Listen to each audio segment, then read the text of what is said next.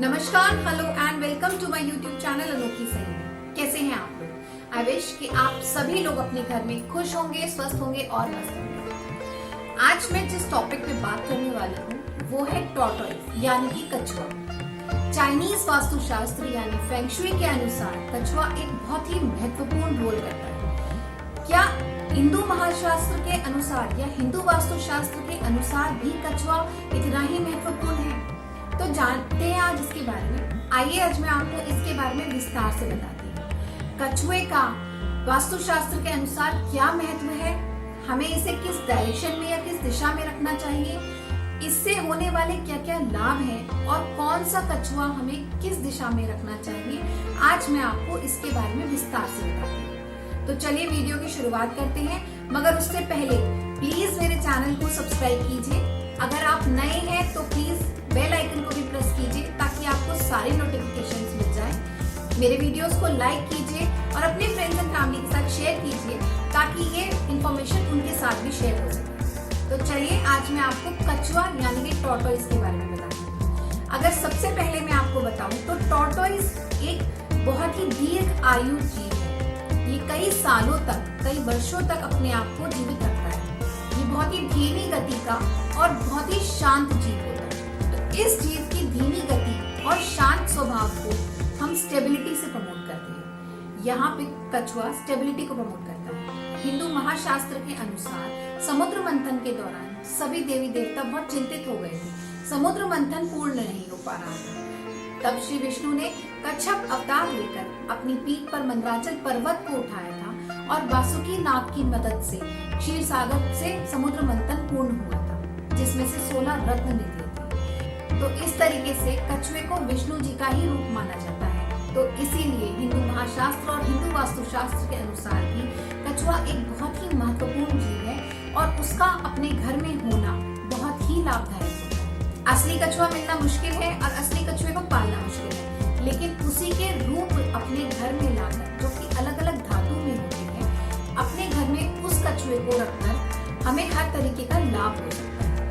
तो चलिए मैं आपको बताती हूँ कि हमें क्या क्या लाभ हो सकते हैं और हमें कछुए को किस दिशा में रखना चाहिए। सबसे पहले तो ये जानिए कि कभी भी कछुए को बेडरूम में या किचन में नहीं रखना चाहिए। बाजार में अलग अलग तरीके के कछुए होते हैं, उसमें से एक स्फटिक का या क्रिस्टल का, दूसरा धातु का जो कि चांदी, पीतल, सोना भी हो सकता है, या अष्ट धातु का कछुआ मिलता है, और तीसरा मादा कछुए के ऊपर पीठ पे बच्चे होते हैं।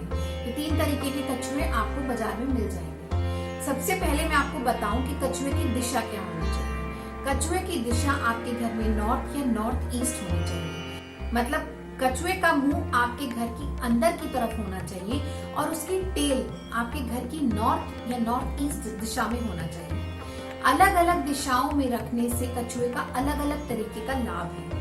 अगर आप अपने घर में कछुआ रखते हैं तो उससे आपके घर का वास्तु दोष भी कटता है।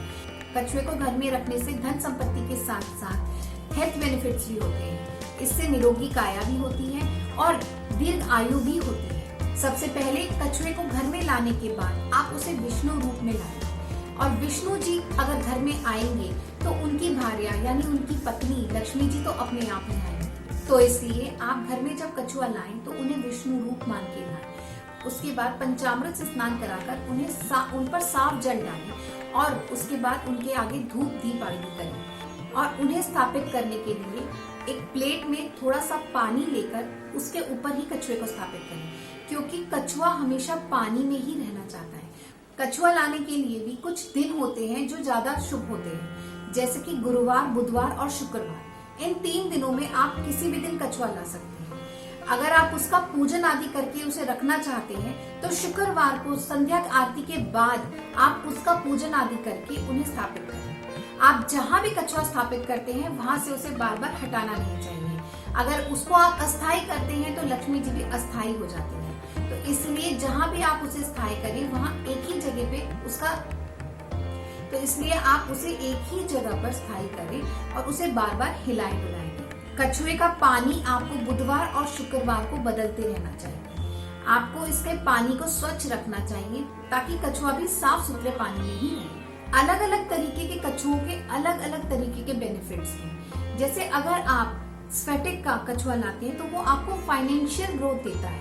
अगर आपके घर में फाइनेंशियल ग्रोथ की प्रॉब्लम है, अगर आपके घर में फाइनेंशियल स्टेबिलिटी नहीं है, या आपको धन दौलत की जरूरत है, या आर्थिक तंगी है, कामयाबी चाहते हैं, तो आपको क्रिस्टल का या स्फटिक का कछुआ लाना चाहिए और उसे नॉर्थ डायरेक्शन की तरफ रखना चाहिए, जिसमें उसका मुंह आपके घर के सेंटर की तरफ हो और आप उसकी टेल घर के नॉर्थ की डायरेक्शन में जाए।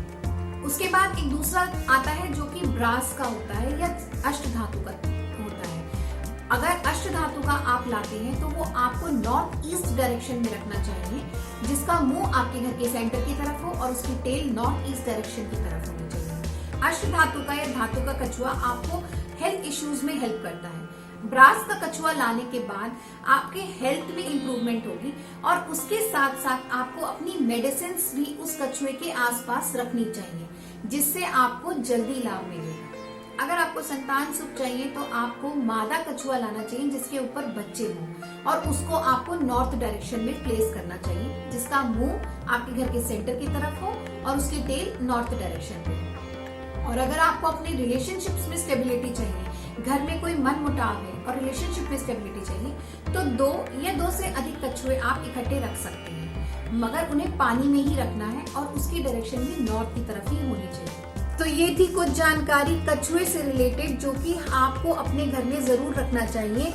ये मेरे पास एक ब्रास का कछुआ है जिसमें पीछे यंत्र बना हुआ है, ये पीछे एक यंत्र भी बना हुआ है। तो आप भी अपने घर में अलग अलग तरीके के कछुए ला सकते हैं और उन्हें सही डायरेक्शन में प्लेस कर सकते हैं। आप अपने घर में कछुआ लाइए और उन्हें सही डायरेक्शन में प्लेस करके अपने घर में धन, संपत्ति और निरोगी काया का लाभ उठा सकते हैं।